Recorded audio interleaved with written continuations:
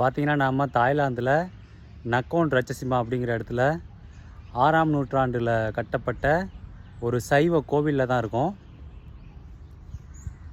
பாருங்கள், இது வந்து சைவ கோவில் 6ஆம் நூற்றாண்டில் கட்டப்பட்டது. பிறகு 9ஆம் நூற்றாண்டில் கட்டி முடிக்கப்பட்டது. பிறகு 13, 14ஆம் நூற்றாண்டில் 7ஆம் ஜெயவர்மன் அவர்கள் வந்து இங்கே அடிக்கடி வருவாராம். அவர் வரும்போது பார்த்திங்கன்னா இங்கே பயங்கரமாக விழா கோலம் பூண்டிருக்குமா அந்த கோவில். கம்போடியாவில் இருக்குல்ல கெமர் கோவில், அதுக்கு உட்பட்ட ஒரு ஆட்சி அரசமைப்பில் உள்ளது தான் இந்த கோவில். பிற்காலத்தில் அந்த கெமர் கிங்டம் வந்து வீழ்ச்சி அடைந்த போது இது வந்து தாய்லாந்தில் இருந்த மன்னர்கள் கீழே போயிருச்சு. ஸோ இது பார்த்திங்கன்னா ஒரு சைவ கோவிலுங்க. சைவம் தலை தோங்கிய காலம்தான் 6ஆம் நூற்றாண்டு.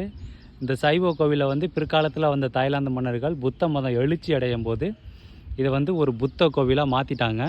இது சைவ கோவிலுங்கிறதுக்கு என்ன ஆதாரம்னு கேட்கலாம். கோவிலுக்குள்ளே பார்த்திங்கன்னா ஆங்காங்கே நிறைய இடத்துல சிவலிங்கம் இருந்ததுக்கான அடையாளம் இருக்குது. அதை தூக்கி கொண்டே இப்போ வந்து மியூசியத்தில் வச்சுட்டாங்க. 2வது நந்தி இருந்தது அடையாளமும் இருக்குது, அதையும் மியூசியத்தில் வச்சுட்டாங்க. சரிங்களா? ஆனால் இவங்க வந்து இந்து கோவில்னு சொல்கிறாங்க. ஆனால் இந்துங்கிற வார்த்தை வர்றதுக்கு முன்னாடியே சைவம் வந்து இருந்தது அப்படிங்கிறது நம்ம எல்லாத்துக்குமே தெரியும். இங்கே பாருங்கள், எவ்வளோ புளிய மரம் இருக்குது பாருங்கள்.